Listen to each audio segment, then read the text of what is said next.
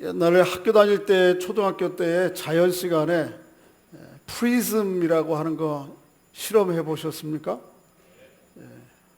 프리즘. 이걸 안 해보신 분들은 초등학교, 중학교, 고등학교 그냥 다 끝내고 검정고시 하신 분들이고요. 한 번씩은 다 해보셨을 거예요. 프리즘 이런 것입니다.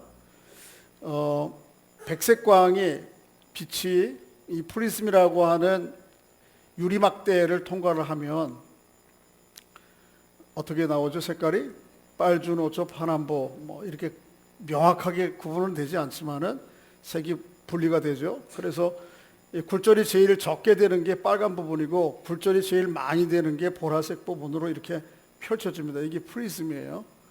그런데 오늘 성경 본문이 마치 이 현상과 비슷하게 기록됐다. 이해하면 좋겠다. 제가 생각을 그렇게 했어요. 어떤 것이냐면 하나님이라고 하는 존재가 예수 그리스도를 통해서 우리에게 실제적으로 드러나는 모습은 마치 이런 모습으로 드러난다. 다양한 모습으로. 그래서 이렇게 얘기할 수 있어요. 하나님이라는 존재가 예수 그리스도라고 하는 육체로 오신 인격을 가진 주님을 통과하게 되면 우리에게 어떤 모습으로 등장하는가. 오늘 본문이 이것에 대해서 이야기를 하고 있어요. 오늘 본문은 베드로가 사도행전에서 했던 9편의 설교 가운데 첫 번째 설교예요. 그 중에 지난주에 전반부를 우리가 살펴보았어요. 예루살렘에서 120명의 성도들이 성령 강림 받은 사건들을 보고 사람들이 무슨 술 취했냐 이런 짓을 하냐 그러니까 그게 아니고 이들이 이렇게 하는 것은 구약시대 요엘서 선지자가 예언했던 내용들이 이루어진 것이다. 그렇게 얘기를 하고 그것도 성령 주신 분은 누구다? 십자가에 죽으시고 부활하신 그리고 승천하셔서 하늘로 올라가신 하나님 주 예수 그리스도께서 보내신 사건이다라고 하는 것을 이야기하는 것입니다. 오늘 그 뒷부분을 얘기하고 있는 거예요. 오늘 내용들을 좀 더 자세히 좀 살펴보면 좋겠어요. 여러분, 예수 그리스도가 어떤 분인지를 최초로 공식적으로 합당하게 고백한 사람이 누구죠? 누구요? 베드로예요. 오늘 본문 설교를 하고 있는 이거를 설교하고 있는 베드로예요. 오늘 본문은 굉장히 베드로가 예수 그리스도에 대해서 쭉 펼쳐서 설명하지만 8장 29절 마가복음 8장 29절 최초로 설교를 할 때에는 아주 간단하게 설교해요. 가이사라 빌립보라고 하는 지역에 당시에 이스라엘 땅 가운데에서 로마의 행정력과 군사력 제일 꼽히고 있는 자리에서 예수님께서 제자들에게 물으시잖아요. 그렇죠? 너희는 나를 누구라 하느냐? 그때 베드로가 뭐라고 그래요? 주는 그리스도십니다. 살아계신 하나님, 그거는 이제 나중에 한 거예요. 마가복음에는 딱 하나예요. 당신은 그리스도십니다. 주라는 말도 없고 우리말 번역이 그렇게 해놨지만은 실제적으로는 영어로 얘기하면 You are the Christ 그렇게 얘기해요. 헬라어로 얘기하면 그래야 제가 좀 유치하게 보일 거 아니에요. Su eis ho Christos. 당신이 그리스도십니다. 한마디로 얘기하는 거예요. 당신은 그리스도십니다. 이야기를 하는 거예요. 근데 그 그리스도라고 하는 말 가운데에는 이 5분이죠, 요번. 그런데 오늘 본문에는 베드로가 이거를 어떤 그리스도냐라고 하는 것을 쭉 펼쳐서 설명하는 거예요. 그래서 오늘 그 내용을 좀 살펴보면 이래서 주님이 그리스도 구원자시구나 라고 하는 걸 이해하게 되는 것이죠. 그리스도라고 하는 말이 뭐예요? 구약시대에 하나님이 보내시는 최종적인 구원자 메시아를 당시의 언어인 헬라어로 번역해 놓은 거예요. 그 메시아와 크리스토스라고 하는 말은 같은 말이에요. 하나님이 보내시는 최종적인 구원자, 모든 인간들 예외 없이 나라와 인종과 사람들 상관없이 모든 사람들의 문제들을 궁극적으로 해결해 줄 그리스도는 어떤 분인가라고 하는 것을 오늘 본문에서 베드로가 이야기하고 있는 것이죠. 첫째, 어떤 주님이십니까? 첫째는 예수 그리스도는 하나님이신데 우리와 같은 육신을 입고 이 땅에 오신 그리스도라는 거예요. 육신을 입고 이 땅에 오신 하나님이시라는 거예요. 오늘 본문이 그걸 얘기를 하고 있어요. 좀 빨리 좀 지나가야 될 것 같아요. 첫째는 어떤 분이시라고요? 세상에 오신 그리스도. 자, 한번 생각해 보세요. 하나님 예수 그리스도는 원래, 예수님은 원래 요한복음 1장에 있는 것처럼 근본 하나님과 같은 분이세요. 그런데 그가 우리와 같은 뭐를 입고 오신 거예요? 육신을 입고 오신 거예요. 그 육신을 입고 오신 예수 그리스도에 대한 모습이 오늘 본문 22절에 기록되어 있어요. 한번 좀 읽어보겠습니다. 여러분 성경을 찾으셔야 돼요. 앞에 안 보여드려요. 22절 한번 읽어보겠습니다. 시작. 이스라엘 사람들아, 이 말을 들으라. 너희도 아는 바와 같이 하나님께서 나사렛 예수로 큰 권능과 기사와 표적을 너희 가운데에서 베푸사 너희 앞에서 그를 증언하였니.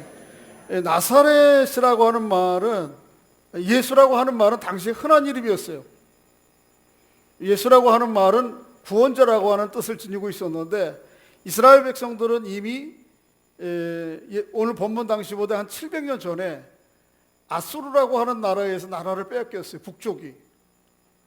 그리고 586년 전에 바벨론이라고 하는 나라에 의해서 온 나라가 전체가 다 속국이 되었습니다.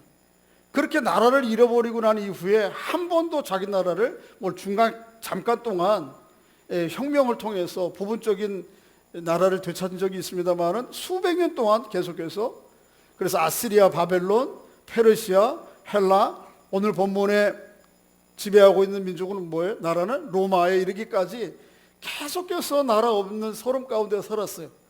그러니까 사람들 마음 가운데에 우리 나라와 민족이 좀 하나님의 은혜 가운데 구원되고 회복됐으면 좋겠다, 이런 기원을 담아서 이름을 짓기 시작했어요. 그 이름 중에 하나가, 이름이 뭐예요? 예수야. 우리 이렇게 여러 명이 이 정도 모이면 예수 그러면 몇 명 손드는 거예요? 한 서너 명 손드는 거예요, 이렇게. 그러니까 예수끼리 서로 구분이 안 돼. 이걸 구분하기 위해서 나사렛에서 출생한 예수, 그 다음에 갈릴리에서 출생한 예수, 베들레헴에서 출생한 예수, 이렇게 이름을 지어서 구분하는 것이에요. 이걸 통해서 우리가 알 수 있는 건 뭐예요? 예수님이 그저 우리가 생각하는 대로 일부 잘못된 신학자들이 추측하고 또 추론하는 대로 가상적인 인물이 아니고, 나사렛이라고 하는 구체적인 동네에 여러분과 제가 살고 땅을 딛고 있는 이 땅에 오신 주님이라고 하는 것을 알 수가 있는 것이죠. 그분은 우리와 같은, 아주 똑같은 분이에요. 그래서 우리와 같은 인간의 몸을 분장하신 분이 아니고, 요한복음 14장에도 보면 우리와 똑같은 실제적인 인간이 되신 분이에요. 그래서 우리와 같은 육체를 입으시고 우리가 인간으로서 겪게 되는 여러 인격적 경험들을 하시는 분이에요. 때리면 아프시고, 슬프면 울고, 억울한 일이고 말도 안 되는 일이 생기면, 어떻게 정의롭지 못한 일이 생기면 분노하게 되는 이런 인격을 지니신 분이 예수님이에요. 단지 우리와 좀 다른 게 있다면 그분은 죄가 없으시고, 오늘 본문에 있는 것처럼 권능과 기사와 표적을 행하시는 능력이 있을 뿐이지 우리와 똑같이 인간이 되셔서 오신 분이에요. 분장하신 분이 아니에요. 분장놀이 하는 걸 뭐라 그러죠? 일본 말로 코스프레라고 그러죠. 코스프레. 이 코스프레가 뭔가 잘 몰라서 제가 찾아봤어요. 그랬더니 영어로 얘기하면 커스텀 플레이어라고요. 그 커스텀 플레이어를 일본 말이 잘 안 되니까 코스프레 그런 거더라고요. 분장놀이 하는 게 아니에요, 주님이. 인간의 몸을 입고 있는 척 하는 게 아니고 실제적인 인간이 되셔서 오신 거 있다. 이것만으로도 참 감사하지 않아요? 하나님께서, 전능하시고 초월적인 영원하신 하나님께서 내 인생의 자리에 찾아오셨다? 참 너무 감사한 일이죠. 그죠? 별로 반응이 없으시네. 하도 좋은 거를 오래 하다 보면 감동이 없어. 그러니까 세상에 오신 그리스도를 통해서 우리가 발견하게 되는 건 참 놀라운 거, 감사한 일이에요. 그 놀라우신 하나님께서 하늘 보좌를 뒤로 하시고 내게 찾아오셨다. 나와 같은 육체를 입으셔서, 그래서 내가 겪게 되는 모든 문제를 동일하게 겪으시면서 나와 함께 동감해 주시고 동참해 주시는 은혜가 있다. 두 번째는요, 예수 그리스도는 이 땅에 우리에게 찾아오셨을 뿐만 아니고 우리가 죄로 말미암아 연약함과 허물과 잘못으로 말미암아 지고 있는 모든 짐들을 대신 지시는 분이에요. 우리가 다른 사람들에게 고난과 아픔이 있을 때 옆에 함께 해주는 것만도 이게 큰 은혜예요. 그죠? 우리를 때로 옆에 사람이 짐을 져줄 수 있지만 어떤 면에서 궁극적으로 사람들이 안고 있는 모든 짐을 져주지는 못해요. 그런데 우리에게 가까이 오신 주님은 우리의 모든 짐을 어떻게 하신다고요? 대신 맡아주신다고. 삶에 오는 고난과 그런 짐이 아니고 죄로 말미암아 우리가 벗을 수 없는 숙명적인 죄와 고통과 아픔들을 해결해 주시는 분이라는 것이죠. 그게 오늘 본문 23절에서 얘기하고 있는 것입니다. 한번 읽어보겠습니다. 23절 시작. 그가 하나님께 정하신 뜻과 미리 아신 법대로 내어준 바 되었거늘 너희가 법 없는 자들의 손을 빌려 예수 그리스도의 십자가의 죽으심의 사건을 얘기하는 것이죠. 예수님의 죽으심의 사건은 오늘 본문도 얘기하지만 이 안에는 역설이 들어있어요. 23절에 보면 뭐라 그래요? 하나님이 정하신 뜻대로 죽으신 거라고 그래요. 그런데 하반절에 보면 너희들이 법 없는 자들의 손에 내어주어서 그가 무고하게 죽었다고 얘기하세요. 이게 좀 역설이에요. 그죠? 네, 예수님 왜 돌아가셨어요? 하나님이 죽이셨어요? 사람들이 죽였어요? 아니, 하나님이 죽이셨다 그러는데? 하나님이 정하신 대로 죽으셨다 그러거든요. 이 두 가지가 다 같이 있어요. 같이. 그래서 이게 참 우리로서는 조합이 안 되고 설명이 안 되는 거예요. 그러니까 예수 그리스도의 십자가 사건에는 신비스러움이 있는 거예요. 이걸 신비라고 그래요. 종종 얘기하다가 사건들, 큰 사건들을, 사고들을 보면서 어떤 분들이 그렇게 얘기해요. 우리 집에서도 어떤 분이 한 번 그렇게 지나가는 말로 그렇게 하더라고요. 왜 하나님이 저렇게 죽으실 거면 저 사람들을 이렇게 세상에 만들어 보내셨을까? 그래서 제가 화를 냈어요. 왜 그걸 하나님 탓이라고 그래요? 사건이 일어나잖아요. 어떤 사건. 그죠? 이번에 헝가리에서 여러 명이 돌아가셨는데 그게 하나님이 한 거예요? 사람이 한 거예요? 절반은 하나님이라고 그래, 절반은 사람이라고 그래. 두 개가 다 겹쳐 있어요. 몰라요, 잘. 그런데 우리가 이해가 안 되는, 그래서 우리 안에 설명될 수 없는 문제들도 역시 그런 게 많아 있어요. 여전히 그런 신비로 답을 우리가 너무 성급하게 결론을 내리려고 그러면 안 되는 거예요. 그리스도의 십자가 사건이 그런 거예요. 분명히 사람들의 잘못된 불법적인 일들로 인해서 죽임을 당했지만 그것은 하나님의 구원의 놀라운 클라이막스예요. 또 다른 면에서 보면 이 두 가지가 조합이 안 되는 거예요. 그래서 설명이 안 돼요. 그래서 성경은 이것을, 바울은 얘기하기를 신비적인 영역으로 그냥 남겨두고 그 실체를 받아들이라고 얘기하죠. 그리스도의 십자가 사건이 그런 것이죠. 예수님의 십자가는 생각보다 끔찍한 거예요. 두 가지 면에서. 첫째는 하나는 육체적으로 너무 고통스러운 일이에요.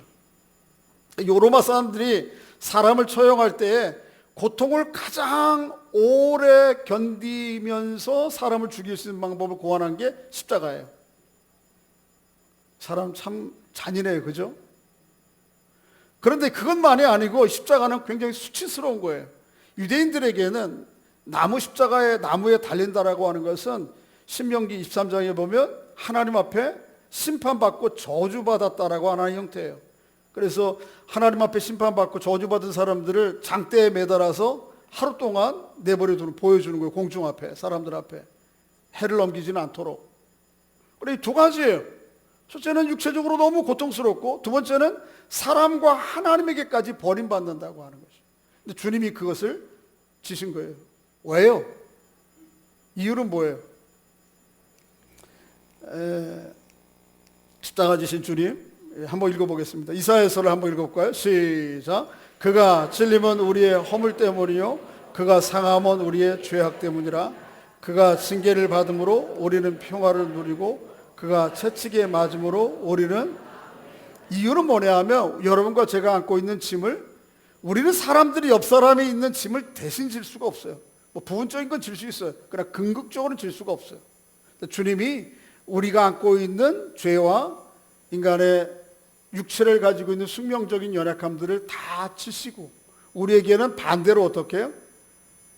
회복과 자유와 평화를 넘겨주시기 위해서, 구원하시기 위해서, 해방을 주시기 위해서 주님이 그렇게 짐을, 십자가를 지신 것이죠. 그것이 십자가를 지신 주님의 모습이에요. 갈라디아서 사도 바울은 이것을 아주 더 간단하게 한 절로 요약하고 있는데 한번 읽어볼까요? 그리스도께서 시작.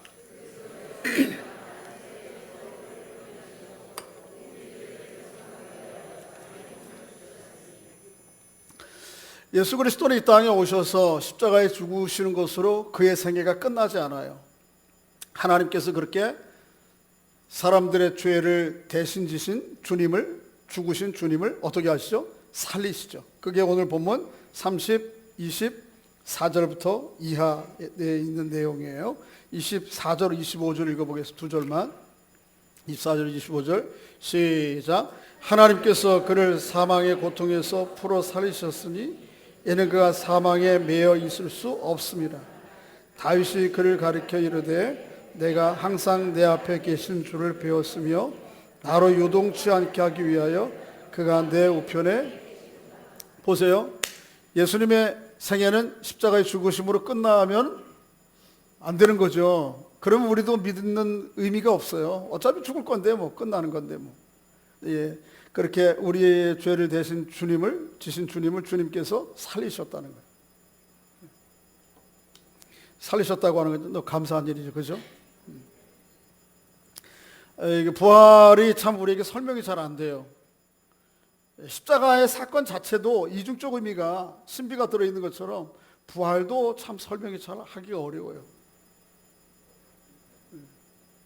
근데 바울은 그래서 오늘 본문에 베드로는 긴 논증을 이어가요. 그래서 예수님의 여러 생애 구원 사건들을 설명하면서 이 부활에 대해서 가장 길게 지면을 할애해요.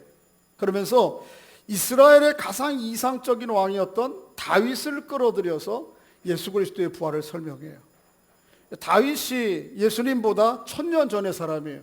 가장 이상적인 이스라엘의 인물이에요. 그런데 그가 고백했던 시편 16편과 또 그가 하나님과 맺었던 언약을 근거로 예수 그리스도의 부활을 설명해. 좀 어렵긴 하지만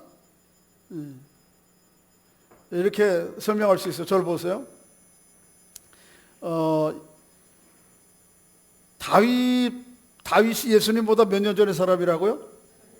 그런데 이 다윗이 자기 후손으로 오는 예수에 대해서 뭐라고 고백하는가 하면 주 그리스도라고 고백해요. 이상하지 않아요? 우리가 선조들에 대해서 주 그렇게 고백하면 자연스러운 건데 선조가 후손을 보면서 주라고 고백하는 거예요. 이상하죠? 왜 베드로가 이런 설명을 하는 것에 대해서 이렇게 설명할 수 있어요.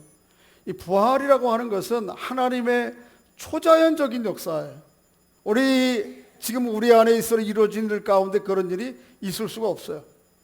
부활은 초자연적으로 이루어지는 역사들이 시간 속에 지나가는 역사적 사건으로 드러나는 것이죠.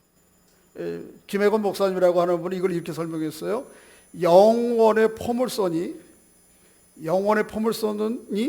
시간의 직선과 만나는 지점에서 이루어진 것이 부활의 사건이다. 설명이 될지 모르겠는데. 자, 포물선이 이렇게 넘어오는 동안 이 직선에서는 그것을 경험할 수 있어요, 없어요? 못하죠. 그런데 우리는 그저 직선으로 이어지는 세상의 역사, 시간과 공간 속에서의 삶을 살아가는데 하나님께서 영원 전부터 있던 그 계획을 어느 지점에 탁 떨어뜨린 것이, 그것이 1세기 당시에 예수님의 부활의 사건이고 여러분과 저에게 경험되어지는 그리스도와 부활의 사건이라는 거예요. 이게 언제부터 있던 거예요? 이미 하나님의 놀라운 계획 가운데 날라온 거지. 근데 1990 몇 년, 몇 월, 며칠에 내가 주님을 고백하게 되는 그 시점, 그 시간의 시점에 맞아 떨어진 거죠. 왜 이걸 떨어뜨린 건지 아세요? 조는 분이 있다는 거예요. 지금은 집중하지 못하는 분이 있다고. 그죠? 잘하셨어요. 할렐루야. 설교를 도와주시네. 자, 부활의 사건은 그런 거예요. 여러분과 저에게도 마찬가지. 베드로가 오늘 본문에서 이 다윗을 끌어들여서, 말이 표현이 좀 안 좋아, 인용해서 1000년의 역사를 거슬러 올라가서 그 이전부터 미리 예수 그리스도 십자가에 죽으시고 부활하신 예수 그리스도를, 분명히 육신적으로는 자기의 후손으로 오는 존재이지만 그를 주라고 고백하게 된 것이, 이 부활이 그렇게 우리에게 놀라운 사건이라는 거죠. 여러분과 저에게도 마찬가지. 영원부터 초월적인 하나님의 놀라운 역사들이 그 부활의 주님이 우리에게 찾아오시는 거죠. 이렇게 앞에서 얘기했던 구원의 핵심의 교리들을 가르쳐서 뭐라고 얘기하는가 하면 캐리그마라고 그래요. 우리가 믿는 믿음의 핵심 내용들, 또 다른 면으로 얘기하면 이것을 다른 사람들에게 소개하는 것이죠. 그죠? 선포하는 복음의 핵심 내용들을. 그런데 그것을 신약성경 모든 성경은 이 우리 구원의 핵심들을 이야기를 해요. 물론 이걸 아주 오늘 베드로처럼 쭉 펼쳐서 제대로 다 얘기하는 경우도 있지만 어떤 경우는 아주 요약적으로, 예를 들어서 바울 같은 경우는 이렇게 얘기해요. 한번 읽어보겠습니다. 고린도전서 15장 3절 4절 시작. 내가 받은 것을 먼저 너희에게 전하였노니 이는 성경대로 그리스도께서 우리 죄를 위하여 죽으시고 장사 지낸 바 되었다가 성경대로 사흘 만에. 바울은 두 가지를 얘기하죠. 뭐예요? 우리가 믿는 믿음의 도리와 핵심은 뭐예요? 십자가에 죽으신 그리스도께서 우리를 위하여 죄를 위하여서 뭐 하셨다? 죽으셨다. 그러나 그뿐 아니고 그가 어떻게 하셨다? 사흘 만에 어떻게 하셨다? 살아나셨다. 십자가에 죽으심과 부활을 두 가지만 얘기하는 거죠. 이렇게 두 가지만 얘기하든 전체를 얘기하든 성경 전체는 다 이 복음의 캐리그마, 우리가 믿는 믿음의 핵심 내용과 전파의 핵심 내용들을 이야기하고 있는 것이죠. 그런데 예수님께서 이 부활하신 내용이, 은혜가, 혜택이 본인에게만 있는 게 아니야. 오늘 고린도서 15장 요 끝에서 뒷부분에서 바울은 이렇게 얘기해요. 한번 읽어보겠습니다. 시작. 그러나 이제 그리스도께서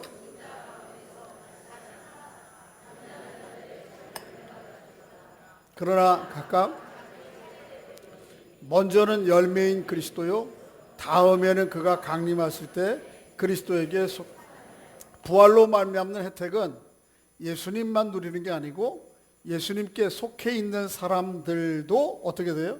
그 부활의 혜택이 있는 것이에요. 예수 그리스도를 믿음으로 말미암아 여러분과 제 안에는 이미 그 부활의 생명이, 씨앗이 심겨진 줄로 믿습니다. 우리가 믿는 것은 이 부활하신 주님을 믿는 거예요. 이어서 바울은 이런 그리스도를 선포해요. 어떤 그리스도냐 하면 성령을 보내신 그리스도. 부활하신 주님께서 하늘로 하나님께서 끌어올리셨죠. 승천하셨다, 그렇게 얘기했죠. 승천하신 주님이 제일 먼저 하신 일이 뭐예요? 하여튼 뭐 잘 모르면 눈치가 빠르면 되는데 뭘 보내셨다고요? 부활하신 주님께, 승천하신 주님께서 제일 먼저 하신 일은 약속하신 성령을 보내주시는 거예요. 성령에 대하여 요한복음 14장에는 성령이 어떤 분인가, 그리고 우리 안에서 어떤 일을 하시는가에 대해서 두 가지로 얘기를 하고 있는데 16절 17절 읽어보겠습니다. 시작. 내가 아버지께 구하겠으니 그가 또 다른 보혜사를 너에게 주사 영원토록 너희와 함께 있게 하리니 그는 진리의 영이라 세상은 능히 그를 받지 못하나니 이는 그를 보지도 못하고 알지도 못함이라. 그러나 너희는 그를 아나니 그는 너희와 함께 거하시며 또 너희 속에 계시겠습니다. 여기 이런 표현이 있어요. 또 다른 보혜사를 내가 승천하면, 하나님께로 가면 하나님께 요청을 해서 하나님의 영을 너희에게 보내겠다. 근데 그가 어떤 분이냐 하면 또 다른 보혜사다. 또 다른 보혜사라고 하는 얘기는 이전에 보혜사가 또 있다는 거죠. 그 보혜사가 누구죠? 예수님이죠. 예수님. 예수님이 첫 번째 보혜사예요. 이 말을 잘 안 쓰는데 영어로 얘기하면 카운슬러인데 그것도 적합하지는 않지만, 그런데 먼저 계신 보혜사가 예수 그리스도고, 예수 그리스도와 똑같은 역할을 하시는 보혜사, 또 다른 보혜사 성령을 보내주시겠다. 성령은 영으로 계신 예수 그리스도예요. 다른 말로 얘기하면. 그래서 우리 안에서 예수님께서 우리에게 육신으로 계실 때 제자들에게 하셨던 것처럼 똑같은 일을 하게 하시는 거예요. 이 성령께서 우리 안에 오신다고. 예수님이 우리 눈앞에 있다면 얼마나 확실하겠어요? 믿음이, 그죠? 그런데 그것만큼 확실해요. 아니, 그것 이상으로 확실해. 왜? 예수님은 눈앞에 계시지만 이 성령께서는 어디에 계세요? 우리의 존재의 깊은 곳에 오고 계세요. 그래서 또 다른 보혜사를 너에게 보내셔서 그가 너희와 함께 어떻게 영원토록 있게 하시겠다고 이걸 얘기하시는 거예요. 이렇게 성령 보내주신 분이에요. 예수 그리스도는. 할렐루야. 여러분과 저 안에 누가 계세요? 믿으십니까? 근데 속으로 이런 생각이 들어요. 긴가 아닌가? 어떤 때는 긴 것 같기도 하고 어떤 때는 아닌 것 같기도 하고 막 찬송하고 은혜가 넘치면 성령께서 내 안에 충만히 거하셔서 내 생각과 마음을 이끌어 가신 것 같기도 하고 어떤 때는 삶이 너무 고단하고 힘들고 죄 가운데 있고 나태해 있고 좀 산만해지시면 성령이 어디 계셔? 이렇게 생각이 돼요. 그런데 기억하세요. 나의 존재와 나의 상황에 상관없이 나의 됨됨이에 상관없이 성령은 우리 안에 오시는 분이에요. 할렐루야. 예수 그리스도를 주로 고백하는 모든 사람들에게 오시고 오신 그 성령은 떠나지 않는 분이에요. 단지 떠난 것 같은 것은 누구예요? 내 기분 때문에, 내 느낌 때문에요. 여러분 이 사실을 기억하셔야 돼요. 그래서 생애의 어떤 삶의 자리에 가더라도 상황 가운데 이르더라도 주님이 나와 함께 계신다. 제가 오늘 이거 이어 마이크 한 이유는 뭐냐면 조는 분 앞에 가려고 그러는 거예요. 오늘 다뤄야 될 부분들은 너무 많고 그래서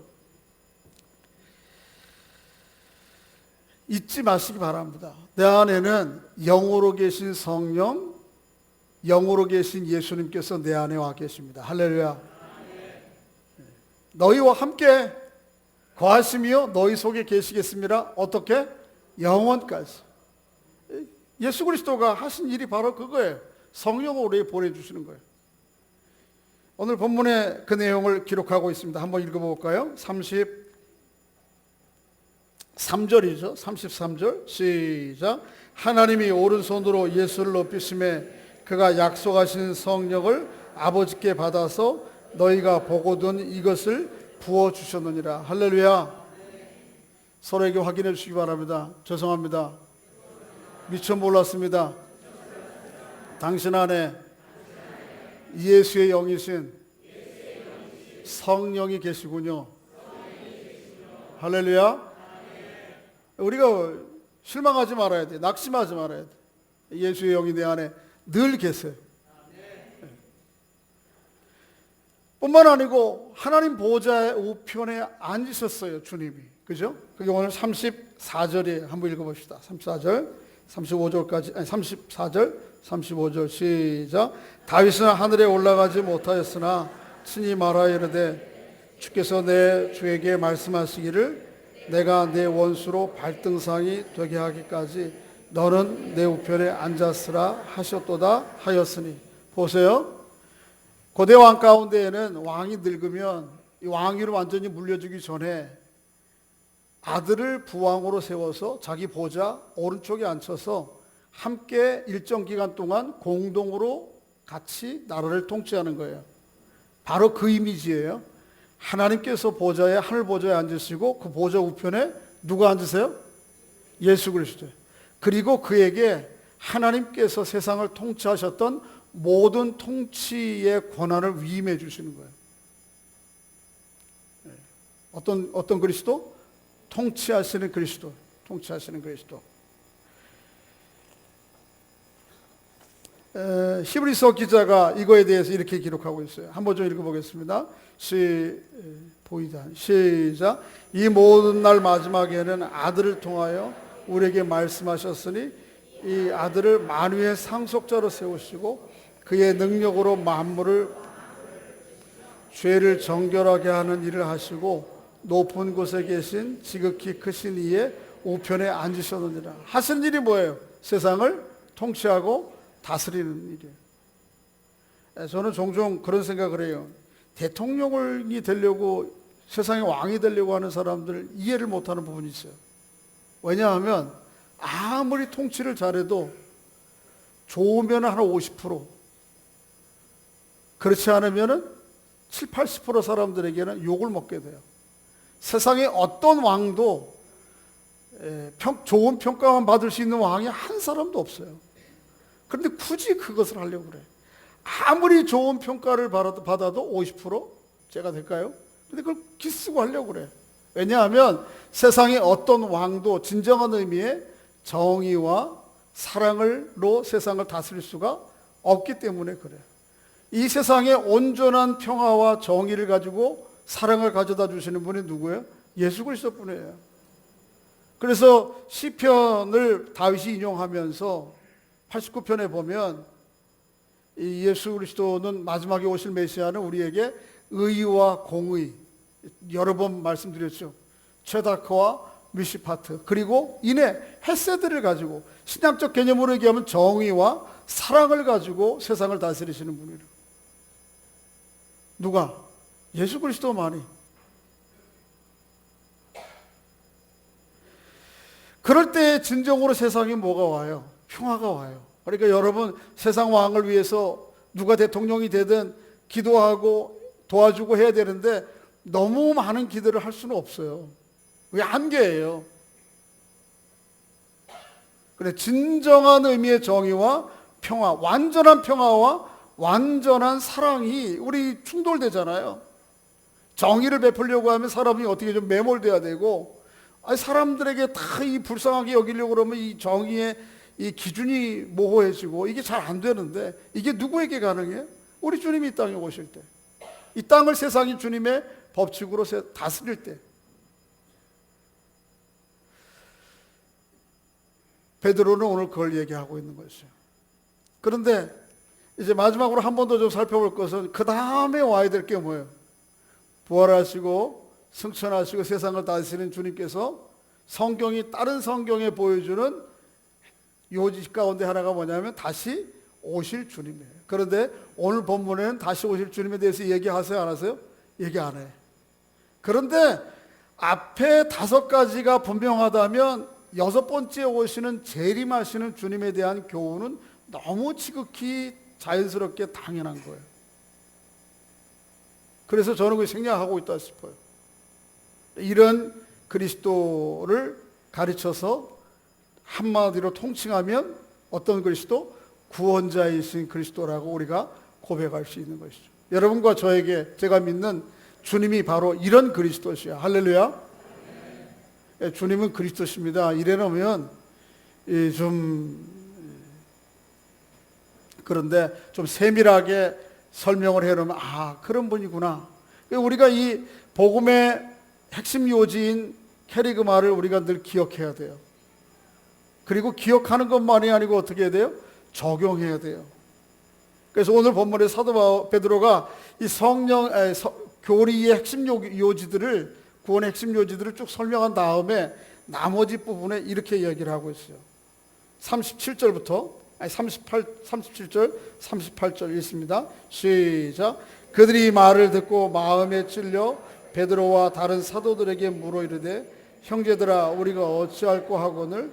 베드로가 이르되, 너희가 회개하여 각각 예수 그리스도의 이름으로 세례를 받고 죄사함을 받으라. 그리하면 성령의 선물로 받으라. 할렐루야. 여러분과 저 안에도 지금 제가 이 말씀을 선포할 때에 오늘 본문 37절에 나타나는 사람들의 반응이 있어야 돼요. 어떤 반응?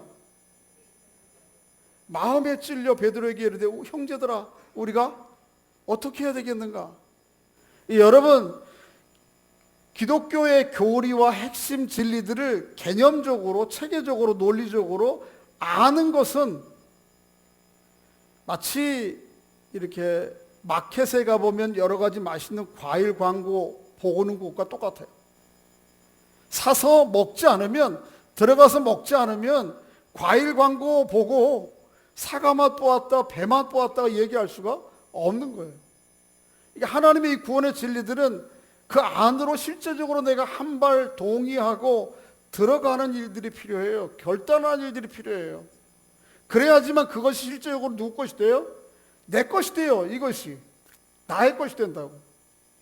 이거를 개념적으로 논리적으로 아는 것만 가지고는 이것이 소설책이나 유명한 철학책이나 우리 자기계발서 하나 읽는 거하고 뭐가 달라요? 글로서 이것이라고 전부라고 하면. 여러분과 제가 늘 언제나 이 복음의 진리 가운데를 한 걸음 동의하고 들어가야 그 안에 담겨진 생명력이 우리에게 넘어오는 거예요. 목사님, 이런 거 벌써 옛날에 초신자 때 다 했거든요. 제자훈련 기초과정에서 다 했거든요. 그런 것입니까? 아니, 그런 거 아니에요. 이게 복음의 진리는 그렇게 우리에게 적용될 수 있는 게 아니에요. 한번 좀 사도 베드로가 이런 고백을 해요. 빌립보서. 이 빌립보서는 바울이 13개의 서신을 썼는데 그 중에 아주 후반기 서신이에요. 이 빌립보서부터 더 늦은 서신은 아마도 디모데 전후서, 디도서 정도예요. 그리고 나머지는 다 그 이전. 그러니까 바울의 신앙의 여정 가운데 얘기하면 바울의 신앙의 여정 끝에 로마의 감옥에 있을 때 바울이 얼마나 또 대단한 사람이에요. 난 사람이에요. 똑똑한 사람이에요. 갖춘 사람이에요. 그런데 그가 그 생애 말년에 이런 고백을 하는 거예요. 한번 좀 읽어볼까요? 시작.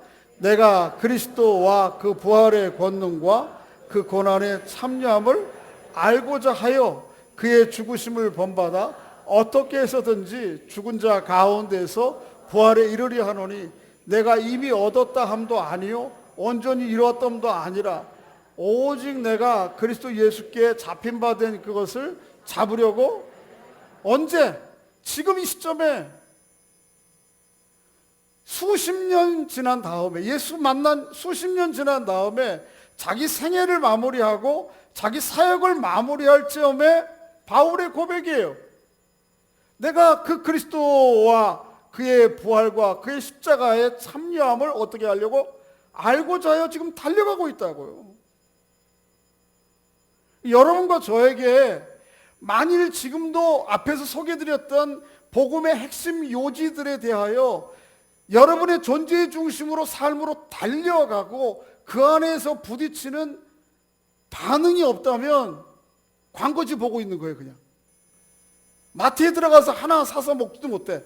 광고지 보고 사과는 이 맛이구나, 수박은 이 맛이구나. 수박 겉핥기 정도가 아니고 광고지 읽기예요. 여러분과 저에게도 그럴 수 있어요. 한번 확인해 보세요.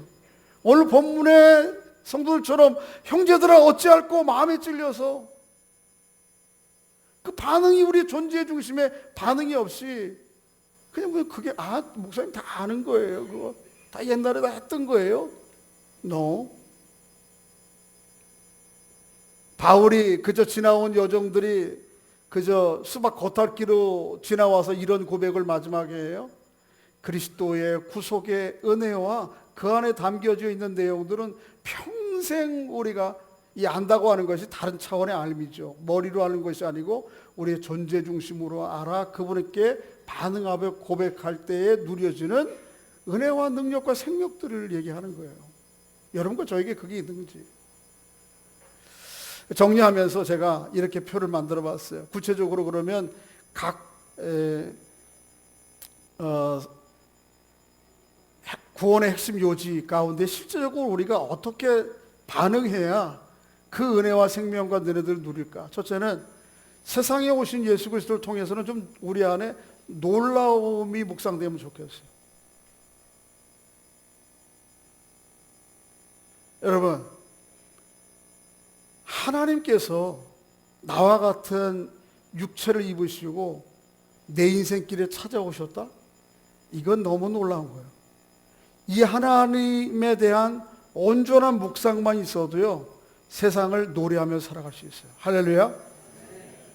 그래서 경이라는 말이 놀람이죠. 놀람. 주님이 내게 찾아오신 거예요. 두 번째, 십자가 지신 주님에 대해서는 좀 감사하면 좋겠어요. 나를 위해서 대신 짐을 지시고 나를 위해서 고통을 받으시고 내 죄를 대가를 위해서 해결하신 그분께 우리 언젠가부터 이 감사, 너무 당연한 거예요. 이제 그렇지 않고요, 얼마나 감사한 거예요. 부활하신 주님으로 말미암아서는 좀 뭘 얻으면 좋겠냐 하면 용기를 얻으면 좋겠어요. 용기를. 자, 저를 보세요. 우리가 왜 낙심하고 절망하는가 하면 궁극적으로 죽음이라고 하는 그림자가 우리 안에 들여와 있기 때문에 그래요. 이 죽음이 꼭 육체적 죽음만을 얘기하는 게 아니고 크고 작은 죽음들이 우리의 삶에 아주 다 드리워져 있어요. 사람들의 갈등, 그래서 헤어짐, 이게 죽음이잖아요. 분열, 개인적인 공동체적인 육신적으로 늙어가는 거, 또 내가 원하는 것들이 이루지 못한 절망감, 실망감, 좌절, 이게 다 여러 가지 크고 작은 죽음이거든요. 이 죽음 앞에 우리는 절망하는 거예요. 그런데 여러분 안에 이 모든 죽음을 이기시고 부활하신 주님이 오셨다고요. 할렐루야. 전쟁을 하다 보면, 전쟁과 적군과 이렇게 싸움을 할 때 맨발판에 나가면 이거 죽음 그냥 끝이에요. 그죠? 그런데 맨발판이라도 뭘 파놓으면, 참호를 파놓고 벙커를 만들어 놓으면 대적할 수 있는 기반을 마련한 거예요. 예수 그리스도의 십자가는 마치 우리가 죄와 그 죽음을 통해서 우리를 종노릇하게 만들려고 하는 사탄의 악의 세력에 대해서 맞설 만한 기반을 만든 거예요. 우리가 벙커를 가진 거예요. 근데 벙커와 기반만 가진 게 아니고 모두 우리가 가졌어요. 실탄도 장전한 거예요. 그 능력도 우리가 가진 거예요.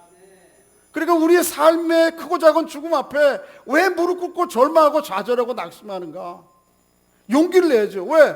우리에게는 이미 그들과 맞설 수 있는 벙커를, 기반을 마련하고 실탄까지 준비해놓고 왜 머뭇하느냐고. 사도 바울처럼 어떻게 해야 돼요? 사망한 너희 쏘는 것이 어디 있느냐? 그리고 맞서야지. 할렐루야. 여러분 눈 떠서 보세요. 매일매일 삶 가운데 크고 작은 죽음들이 내게 파도처럼 밀려와.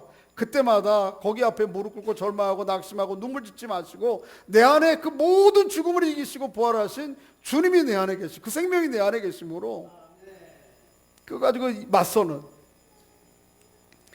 성령 보내신 주님을 통해서는 주님과 함께 좀 깊이 교제하고 동행하시면 좋겠어요. 여러분 안에 누가 계세요? 예수의 영이신 주님이 계세요. 멀리 부를 것도 없어. 소리쳐 부를 것도 없어. 우리 금요 기도회 때는 주여 부르짖는데 그거는 멀리 계셔서가 아니고 간절하게 기도하는 마음으로 하는 것일 뿐인데, 단지 우리 안에 벌써 이미 우리 안에 주님이 와 계신다고. 그 주님과 함께 깊이 좀 동행하세요. 물어보세요. 통치하시는 주님을 통해서는 순종을 통해서 그의 보호와 자유를 누리시면 좋겠어요. 여러분, 이 시대에 미국의 시민권, 오늘 미국에서 오신 시민권자가 오셨네. 여러분, 미국의 이 시대에 미국의 시민이 됐다고 하는 거 하나만 가져도요, 얼마나 큰 부러움이 있는지 몰라요. 그래서 사람들이 어떻게 해서든지 미국을 밀고 가든지, 어떻게 해서 거기 있다가 좀 하나 얻어보려고 그러는 거예요. 라이언 일병 구하기 뭐 이런 거 다 그런 영화예요. 미국이라고 하는 통치하에 들어가면 두 가지 혜택이 있어요. 첫째는 보호가 있어요. 만일 북한에 억류되어 있는 미국 사람 한 사람이 있으면 이거 내놓기 전까지는 미국이 포기하지 않아요.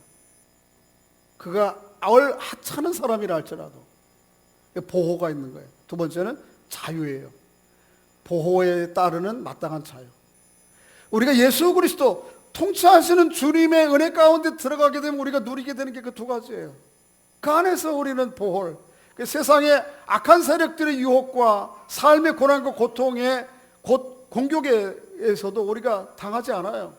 보호받아요. 또 자유를 얻게 돼요. 순종으로서 그렇게 주님을 좀 경험하면 좋겠어요. 다시 오실 주님으로 인해서 우리가 누려야 될 게 뭐죠? 소망이에요. 우리 안에 아무리 삶이 고통스럽고 힘들어도, 지금 이 생애가 육신적 죽음으로 마무리된다 할지라도, 그럼에도 불구하고 감사한 것은 내 생애가 그것으로 끝나지 않는다는 거예요. 주님 다시 오신지 아니면 그 죽음을 위해 누구에게 가요? 주님 앞에 가는 우리 소망이 우리 안에 있는 거예요. 끝나지 않는 소망이 우리 안에 있는 거예요. 좀 이건 묵상하고 적용하시면 좋겠어요. 구원자 되신 예수 그리스도에 대해서는 계속적인 신뢰가 있어야 돼요. 오늘 생애 말년에 바울이 뭐라 그래요? 달려가. 여전히 달려가. 그 주님 앞으로 달려가. 그렇게 주님의 은혜를 누리며 살아가는 여러분과 제가 될 수 있기를 주의 이름으로 축복합니다. 그러니까 오늘 본문에 보여주는 베드로가 얘기하는 신앙의 아주 핵심적인 기본적인 교리를 볼 수 있어요. 이 캐리그마는 죽는 날까지 묵상돼야 돼. 그리고 그것이 그저 광고지로 다가오는 실체가 아니고 실제로 들어가서 그 주님을 경험하고 그 주님의 은혜들을 누리는 역사들이 날마다 여러분과 저의 남은 생에 있기를 주의 이름으로 축복합니다. 아버지 하나님 은혜 감사합니다. 예배하면서 귀한 말씀 통해 하나님이 우리에게 베푸신 은혜가 어떤 것인지, 구원의 사건이 얼마나 놀라운 것인지 다시 묵상할 수 있도록 은혜를 베풀어 주신 것 감사합니다. 이것이 우리의 머리와 생각 가운데 머물지 않도록 도와주시길 원합니다. 우리 삶으로, 우리 존재의 중심으로 이 하나님의 베푸신 구원의 은혜에 대하여 반응함으로 그 안에 담겨진 생명과 은혜와 능력들을 실제로 누리며 살아가는 저희들 될 수 있도록 은총을 베풀어 주시옵소서. 예수님의 이름으로 기도하옵나이다. 아멘. 그 주님을